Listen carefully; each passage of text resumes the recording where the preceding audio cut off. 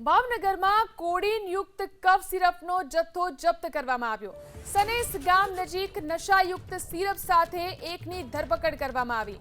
શંભુભાઈ ચુડાસમા નામના રત્ન કલાકારની પોલીસે ધરપકડ કરી। 240 એનોરેક્સટી નામની કફ સિરપની બોટલો જપ્ત કરવામાં આવી।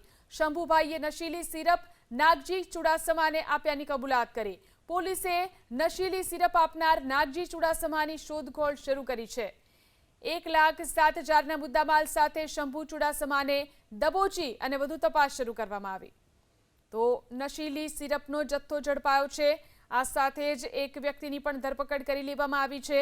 પોલીસે નશીલી સિરપ આપનારા નાગજી ચુડાસમાની પણ શોધખોળ શરૂ કરી છે। 1 લાખ સુધીનો મુદ્દામાલ જે ઝડપાયો છે। ભાવનગરમાં કોડીનયુક્ત કફ સિરપનો આ જથ્થો જપ્ત કરવામાં આવ્યો। આ સાથે જ એક વ્યક્તિની ધરપકડ કરવામાં આવી છે। સનેસ ગામ નજીકથી નશાયુક્ત સિરપનો આ જથ્થો ઝડપાયો। વધુ જાણકારી મેળવી અમારા સંવાદદાતા પાર્થ મુચેટિયા ફોન લાઈનથી જોડાયા છે। જી પાર્થ, જે નશાયુક્ત સિરપ ઝડપાઈ છે તેને લઈને શું કાર્યવાહી? જો ભાવનગર સનેસ પોલીસ દ્વારા આ કોડીન યુક્ત કપ સિરપની જે બોટલનો જથ્થો છે તે પકડી પાડવામાં આવ્યો છે।